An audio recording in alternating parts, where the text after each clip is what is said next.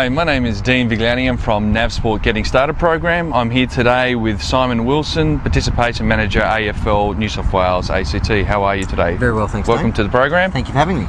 What are the ages you can get started in AFL? Yeah, AFL can be played by men and women, boys and girls of all ages. We have a national program called the NAB AFL Auskick program, which more or less is for boys and girls in New South Wales from the ages of 5 to 9. This program involves more or less skill development, participation, focus, and really just trying to have a good time with the kids and teach them a little bit about the game. From 9 to sort of 12, boys and girls can be involved in junior competitions. From 12 to 16, they can be involved in youth competitions, and then we go into our senior competitions. So there's many facets of the game that are open to all ages. There is male competitions, there is female competitions, and there's also a new sport which we're calling AFL Recreational Football, which is a non-contact version of AFL, which is for men and women over 16 years of age. So even the passive participant can now be involved in AFL. What type of equipment do you need to get started in AFL? Look, really, it's pretty easy. Basically, I suppose for the younger kids, for those competing in Auskick, they really just need themselves some shorts and a shirt to run around in, and some sneakers. It really doesn't take much more than that. The clubs will provide them with everything they need in terms of footballs. It's non-contact, so it's completely safe. So there's no protective equipment required at that age. As you start getting a little bit older and a little bit more serious about the sport, things such as football boots and a uniform are obviously important. Mouth guard would be important just to protect the teeth. And apart from that, all you need is a set of goalposts and a bit of green space to run around and have some fun. So it really doesn't take a lot of equipment to get involved in the sport. What are the participation rates like in AFL? AFL across the country is basically the highest participation sport at this point in time. This year we're sort of targeting around 700,000 participants for all our full range of programs across the country. In New South Wales we're looking to have around 100,000 participants by the end of the year. Can you make a living out of AFL? Definitely. Obviously the stadium behind us is where the Sydney Swans train and play their games. They have 42 rostered people on their list as players that are basically paid to play AFL football. Along with that, they will also have numerous staff that are associated with the football club. So there's many areas that you can go into and relatively earn a pretty good living if you get to the very top of the tree. How could someone get started in AFL, and who can they contact, and do you have a website? I mean, that's where we come into play. We're, as an organisation, New South Wales ACT AFL are running numerous programs across schools throughout the state. So obviously a lot of information can be found through there. The easiest way to get involved is basically visit the Play AFL website, www.playafl.com.au, or ring the Sydney number 02 8333 8030, and we'll be able to direct you with any queries you have about getting involved in your local clubs. What are the costs involved in getting started in AFL?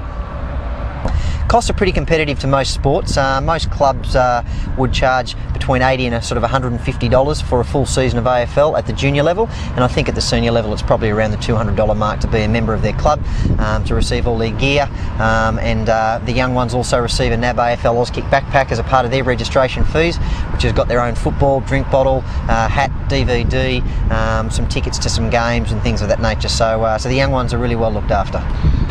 Is there any other countries participating in AFL? Look, slowly, AFL's been a very much a growth sport in New South Wales ACT at the moment, and some of the other non-traditional AFL states, and we're also seeing that transgress through to other countries as well. So there's competitions in Denmark, in South Africa, in the UK, in America. So things are really starting to pick up on the international front, and we obviously play at the top level. The AFL Allies play against a Gaelic Irish team biannually, so every second year, to have a bit of a cross-pollination with those from Ireland as well. So it really is starting to develop a bit of an international flavour.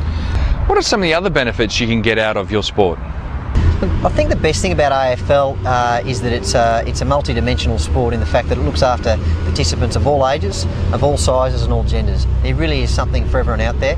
At the youngest age, the focus is purely upon participation, fun and learning the skills, and the skills of AFL in themselves are pretty broad. So we teach kids to kick, to catch, to run, to dodge, to weave, all those basic skills which can be transferred into any other sport they choose to play later on. So I think at a young age the NAB AFL Auskick program is probably the most established program of its kind in the country.